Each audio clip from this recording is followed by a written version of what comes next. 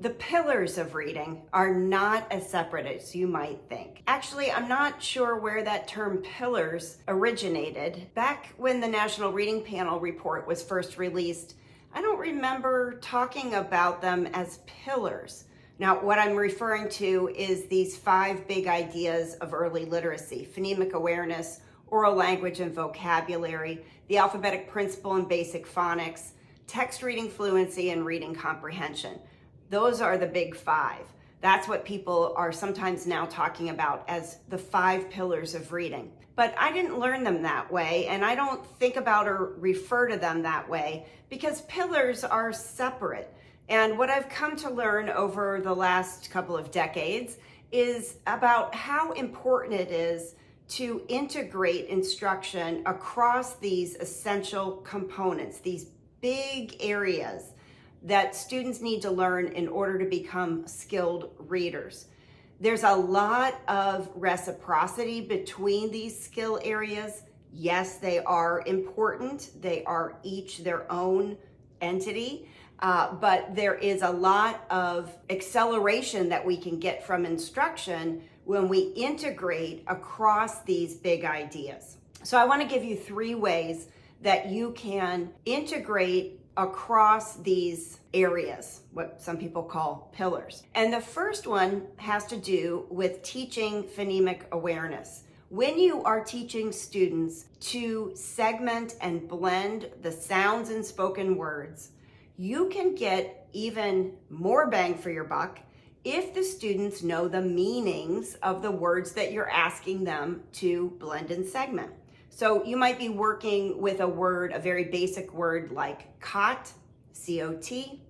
If the student knows what a cot is, if you just take a second or 2 to explain it, show an image of it, that knowledge of the meaning of the word will help cement the sounds in the word in that student's brain for use in the future. So you're really activating that 3-way network in their brain by making sure they know the meanings of the words that you're asking them to blend and segment.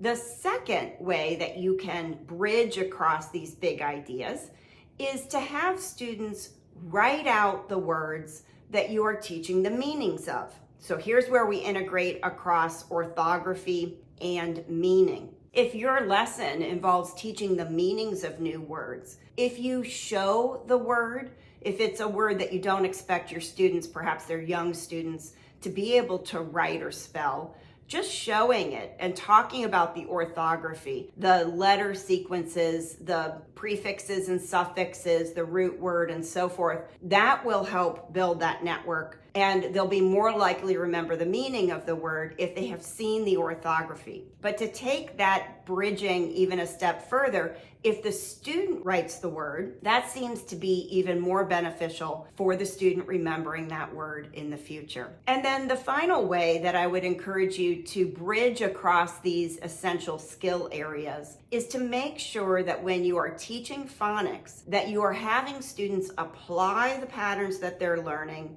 into text. And that might be initially applying the new patterns that they're learning in a phrase or in decodable sentences, eventually in decodable text. This is the application and practice. This is the bridge between decoding or phonics and text reading fluency that sometimes we don't take advantage of. Perhaps you don't have enough time in your lesson. Perhaps you are cut short and you feel like you have to give something up at the end of your lesson. Don't give up this transfer to text piece. Make sure that students are applying the new phonics patterns in text and that they are getting all the way to automaticity and fluency, not just reading those patterns in text accurately. So let me know in the comments if you have questions or thoughts about these ideas about bridging across the pillars. If you'd like to learn more about other ways to improve reading outcomes, make sure you hit the subscribe button and you'll have access to more videos on topics related to MTSS and the science of reading.